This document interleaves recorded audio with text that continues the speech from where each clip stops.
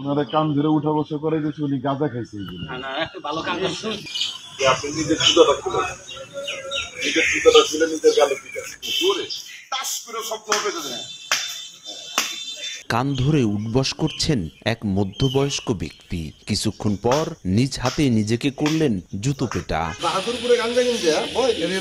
নির্দয়ভাবে লাঠি দিয়ে বেদম প্রহার করা হচ্ছে দুই যুবককে। পাশেই জড়ো হয়ে ভিডিও ধারণ করছেন বেশ কয়েকজন। আমাগো পীরজাদা দুই ভাই এই যে আমাকে পাছার মধ্যে উপহার দিছে। বৃহস্পতিবার ধারণ করা ভিডিও দুটো রোববার ভাইরাল হয়েছে সামাজিক যোগাযোগ মাধ্যমে।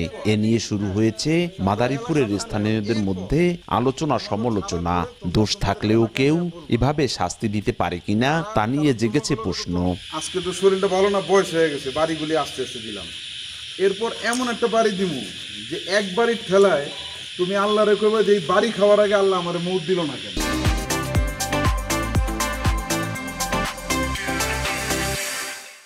জানা যায় বৃহস্পতিবার বিকেলে শিবচরের বাহাদুরপুরে মাদক কিনতে এসেছে এমন অভিযোগে আটক হয় এক স্থানীয় ব্যক্তি। পরে পীরজাদা আলহাজ হাফেজ মাওলানা মোহাম্মদ মোহসেন ও পীরজাদা হাফেজ মাওলানা হানজালা এসে শাস্তি দেন সেই ব্যক্তিকে। 100 বেত্রাঘাত করা হবে, তারপর 24 ঘন্টা বাহাদুরপুর মোড়ে ঝুলায় রাখা হবে। সন্ধ্যায় একই অভিযোগে এলাকায় আটক হয় আরো 3 যুবক। তাদের লাঠিপেটা ও জুতোপেটা করেন দুই পীরজাদা। দুটো ঘটনারই ভিডিও ধারণ করা হয়। প্রমাণ থাকা সত্ত্বেও মারধরের অভিযোগ অস্বীকার করেন পীরজাদা আলহাজ হাফেজ মাওলানা মোহাম্মদ মোহসেন।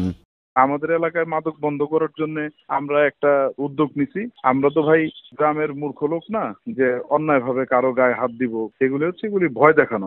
ভুক্তভোগীরা থানায় অভিযোগ করলে বিষয়টি তদন্ত করে ব্যবস্থা নেওয়া হবে বলে আশ্বাস দেয় স্থানীয় আইন শৃঙ্খলা বাহিনী। সঞ্জয় কর্মকার, অভিজিৎ, সময় সংবাদ, মাদারীপুর।